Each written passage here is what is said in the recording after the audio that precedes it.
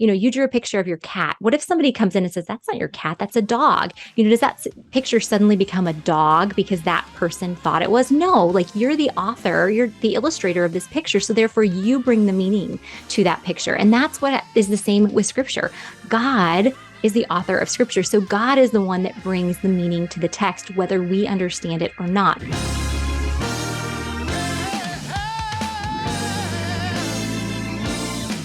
What questions should kids be asking as they're reading through the scriptures? Like, what are some of those big questions that we should be looking for from children?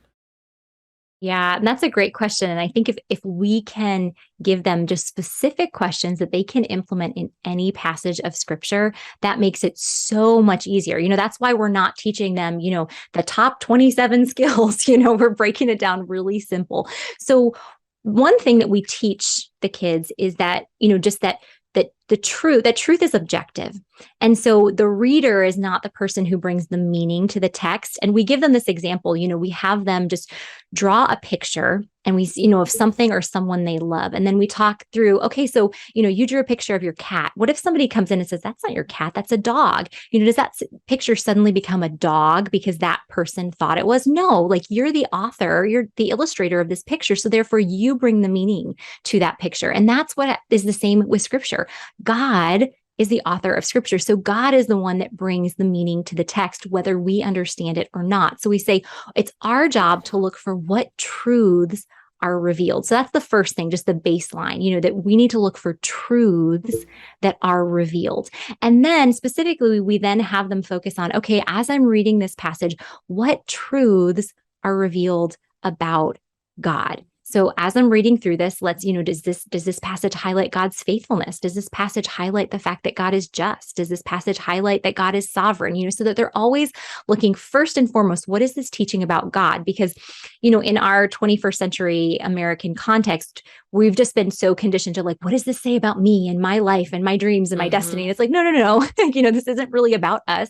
It's mainly about God. And then after that, we have them look for what truths are revealed about humans, not me in particular, but just humans in general. Is this revealing that humans are loved by God? Is this revealing that humans are sinful? Is this revealing that humans continuously rebel? Is this revealing that humans can be deceived? So what is this revealing about humans?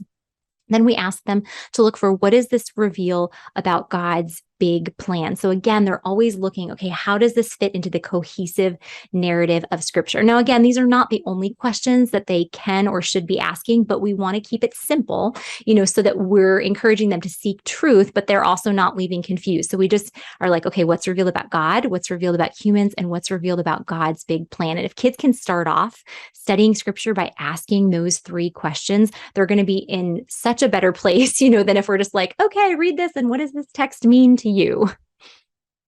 Man, that's so good. I love the push for truth, and the fact that there is objective truth, because our kids are being raised in a postmodern context where the idea of objective truth is not a thing. It's all about my truth. And, if you read the word, well, what is the cultural relevance? How does my culture extrapolate something from this scripture verse? What does it mean to me in my cultural moment and at my intersection? And that is not the way that we approach scripture. The truth of the meaning of scripture is revealed through the author, but we see God's big story and his plan as we look at the entire narrative of scripture.